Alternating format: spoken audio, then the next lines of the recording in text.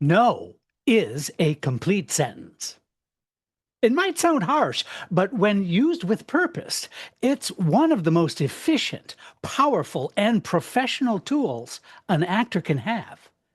Still, let's face it, saying no isn't easy, especially when your heart says yes. Please cast me. And your gut says this might not be right. Why do actors struggle with turning things down and how we can say no without guilt, fear, or burning bridges? How do we do that? Let's unpack the psychology of no, something every actor should know. Right now on Casting Actors Cast. Casting actors cast, oh, what a show! With Jeffrey Dreisbach, we're ready to go. From agents to gigs, learn what you lack. Tune in every week, we're bringing you back. We're going to kick off the show right after this.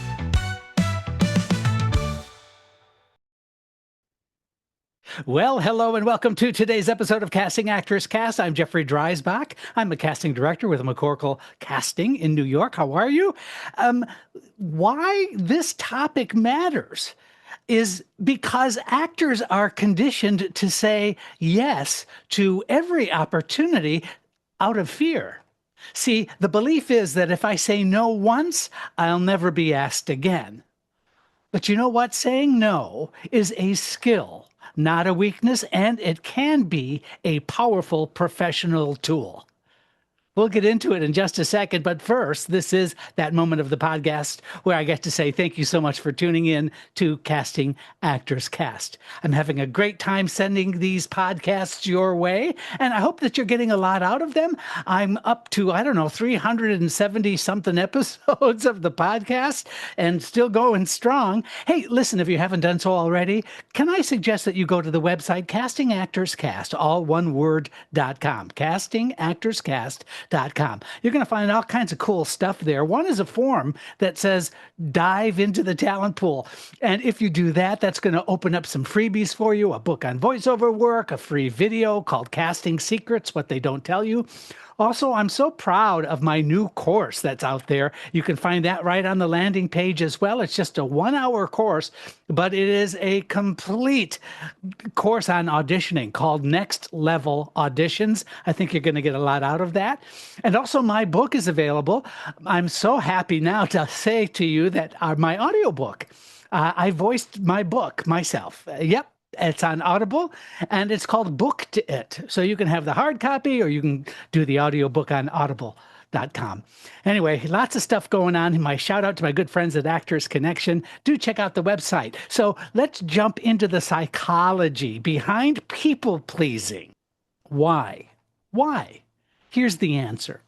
I think it's validation seeking. You see, many actors derive self-worth from being chosen or wanted. After all, if you think about why you wanted to be an actor in the first place, part of it had to be the adoration, the attention, and the love that you got from an audience. You see, that is part of the entire idea behind being afraid to say no. There's also a scarcity mindset, a fear that another opportunity is not going to come along. Like, if I don't take this, I don't know what's going to happen in the future, and so I have to say yes because I'm afraid of saying no. There's also something about early training and cultural conditioning. You see, I know for a fact that many acting programs stress, oh, always say yes. Always. I mean, there are professors and teachers and instructors that are out there saying, it's such a hard business. It's so hard that if anything comes your way, you've got to say yes. You just keep saying yes until you can't anymore. You have to. Well, you know what? That kind of conditioning doesn't really apply for today's actor, in my opinion. You don't always have to say yes. And that fear that you were raised on from others in positions of power or strength or authority really weren't doing you any favors. Because the other thing that gets mentioned quite a bit is that there is a fear of being labeled difficult. It's a stigma that's going on out there that there's that being here it is that being selective is also being problematic. You know what? That isn't true at all. And then there's the industry power dynamics. Actors often feel at the bottom of the power pyramid. That if you are at the bottom of the pyramid, then the only thing that you have to do is say yes in order to rise up out of that base. And I know for a fact that the result is actors just default to saying yes to avoid rejection, to avoid confrontation, or, simply missing out. So let's look at why actors sometimes say yes to auditions, even though they don't plan to accept the job. What's really going on here?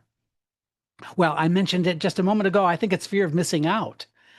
We say to ourselves, what if I change my mind or this becomes a bigger opportunity? That's challenging. That presents a whole nother set of circumstances. That fear of missing out, that can be really debilitating sometimes. There's also this need to stay visible. In other words, we say, if I show up, they'll recommend me for something else. It might not be for this job, but at least I'm getting seen. And speaking of that, you might be getting pressure from reps or agents or managers that push actors to keep the doors open. You see, if an agent or a manager says, I know that you might not want to take this job, but it's really a great way to meet this casting director, wow, we need to take a look at that because that is not helping you. Also, that is not helping me. If you're saying yes to an audition simply to get some time in front of a casting director without the intention of taking the job, you're actually going to do yourself a disservice. It's actually going to come back to bite you. Moving on from there, there's guilt or obligation. When you feel bad about saying no to casting people, the rep that submitted you, sometimes it's hard to want to say no because you're afraid you might disappoint them. So that is part of the people-pleasing aspect. It's what I call the people-pleasing aspect. Sometimes the actor will say yes now just to avoid the awkwardness of saying no. Here's the trap with that way of thinking. It wastes time. It causes mental friction, and potentially it burns bridges when actors withdraw at the last minute. I know this to be absolutely true. Now, we know that there are circumstances that happen in life that might keep you from being able to take a job that you've auditioned for. I'm not talking about those legitimate kind of life issues that take place. But I am talking about knowing that if the job comes your way, you probably aren't going to take it. That puts you in a slightly difficult place as far as your relationship with your agents, but also with casting directors. Because I think that there's a lot of fear about turning down work. Of course there is. Why does it feel terrifying to decline a job? Well, there's that fear of blacklisting. That once word gets out that you're never going to get sort of the attention that you deserve. And that's a myth. There's this worry that you're never going to be called in again. That's not really true. In fact, the opposite is sometimes true. There's also rejection trauma. Right? Do you feel that sometimes? Saying no feels like reversing years of fighting to be accepted. And saying no just becomes such a frightening aspect. Then there's the unrealistic gratitude mindset, the one that says, I should just be thankful to be offered a job or anything. I should be grateful that I've gotten an audition. Well, that kind of mindset isn't healthy either. only because there's that sense of desperation and there's that sense, once again, of not feeling that you are deserving. And so, therefore, it's like, I don't know, a treat. It's like dessert to get an audition. You know what? That's kind of the wrong way to think about it. Moving on from there, there's also this financial insecurity. Sometimes we are thinking about survival and not career development. For example, if you get an audition for a regional theater job and the regional theater job doesn't pay as much as your waiter or waitress job and you're staying in New York, I respect the decision to stay in New York, but I don't respect the decision to just audition anyway. Because there's this fear that, oh my gosh, am I going to, if I have to say, put my waiter or waitress job on hold, and I'm just using that as a silly example, because the theater job doesn't pay as well, and I make more money waiting on tables than I do playing a role in a well-known regional theater. I think that there's something that has to be really confronted there. And I don't mean in a harsh way. I mean, it's something that we forget sometimes. Career development is sometimes having to make some kinds of compromises in order to flesh out and develop and grow a resume. There's also identity attachment. Turning down work feels like turning down being an actor. And so you put yourself through a lot of stress when those kinds of choices are put in front of you. So here's a takeaway, and I mean this. Saying no doesn't end your career. It can define it. We'll talk more about that and how to say no professionally and gracefully right after this. Welcome back. Let's talk about how to say no professionally and with grace. When you truly need to decline a job, how do you preserve relationships? That's the question that needs to be asked. One, be prompt. In other words, if you have to turn down a job, don't delay. Respond as soon as you can. Respond with your answer. And the answer should be something that's kept positive and very brief. For example, here's a perfect way to decline a job opportunity. Thank you so much for the opportunity. After careful consideration, I'm going to pass on this one, but I hope to be considered for future projects you might be involved with. I want you to avoid over-explaining. There's no need for lengthy justifications. Just keep it professional, not personal. But I will say this.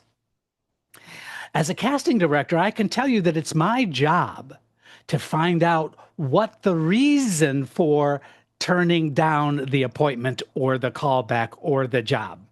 I do ask the reps, why? Why is the actor turning this down? And it's up to the agent sometimes to do that, to answer the question. But please know that the reason I'm asking is not to just get more into your personal stuff, but consider that I have to go back to that producer. I have to go back to that director. And I have to explain, well, they didn't want the job because blah, blah, blah, fill in the blank. Here are some valid reasons that sometimes the job itself can be turned down when you say, I do not respond to the material. In other words, if you've just been given some sides and then you got a callback and got a full script, now that you've read the full script, you know, after reading the script, it's just, I don't feel like it's something that I am right for. You can make that determination, but saying that you don't respond to the material is absolutely fair. You're allowed to do that because that's truthful. That has integrity, and that does not hurt you. Sometimes we have gotten this crazy excuse. Oh yeah, my sister's wedding is during the performance run. My next question to the agent or to the actor is, and you didn't know about your sister's wedding when you came into audition? So make sure that you're filtering everything through a professional lens. I suggest that you be honest and upfront.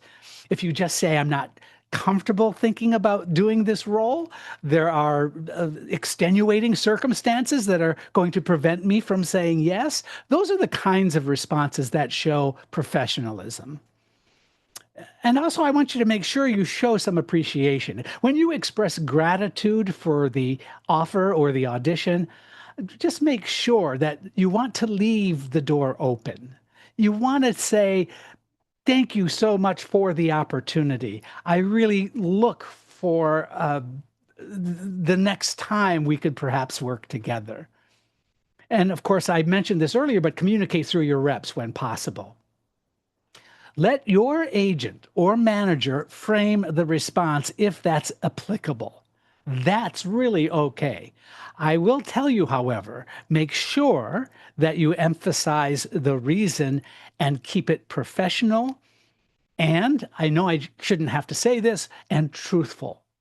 I would really think it's important for your relationship with your agent or manager, but that agent or manager's relationship to casting, if it's a truthful response, if it's something that just kind of makes sense to us, then we're not going to pursue it, and it's certainly not going to come back to bite you. And you can do that by reinforcing future interest, by saying something like, I am a big fan of The Office and your work, and I really, really look forward to other projects down the line. That's a good response. Moving off of that, let's take a look at some takeaways and some actionable advice. Remember this, saying no is a boundary, not a betrayal. See, healthy boundaries build respect with yourself and with casting. Those casting professionals have heard it all. And having a clearly defined boundary is absolutely fair and absolutely appropriate. Know your values, your limits, and your long-term goals. Say yes to what aligns and say no to create a world of professional boundaries, not rejections. So I have a call to action. I want you to respond to this. Have you ever said yes when you meant to say no? What happened? What happened to you? What happened to the situation? I would love for you to write me, castingactorscast.com or castingactorscast@gmail.com. That's my email address. Let me know what happened. So I'm inviting whatever feedback, whatever that situation was, I would love to hear about it and feature it on some future shows. Or do you have any personal stories on social media? Or do you have a situation that you wanted to share with an audience? I would love to hear back from you. Again, castingactorscast.com, castingactorscast on gmail.com. So I also think there's value. You might find this to be silly, and I'm all kinds of silly, but I encourage you to rehearse saying no. I would rehearse it like saying a line in a scene. Why? Because it takes practice. It takes time. So when you have the situation of having to say yes or having to say no, just know that there are some checklists, little notations that you can give yourself to put yourself and frame yourself in the best possible light. I hope that this has been helpful to you. We're talking about the psychology of saying no. I understand the challenge behind it, but I also think that I've given you some viable solutions that are going to help you down the road. Thank you so much for listening today. By the way, please leave me a like, a share, a review if you like, especially on iTunes. If you enjoyed today's episode, I would love to hear from it. And I'm excited because the next 3 episodes I think are going to be really, really valuable because we're talking about the psychology part of being an actor. So we'll see you next time. I'm Jeffrey Dreisbach, and this is Casting Actors Cast. It's been great having you in our talent pool today. Your support means the world to us, so please consider sharing, liking, and reviewing this episode wherever you jump in. I'm Megan Grace Martinez. Thanks. From monologues to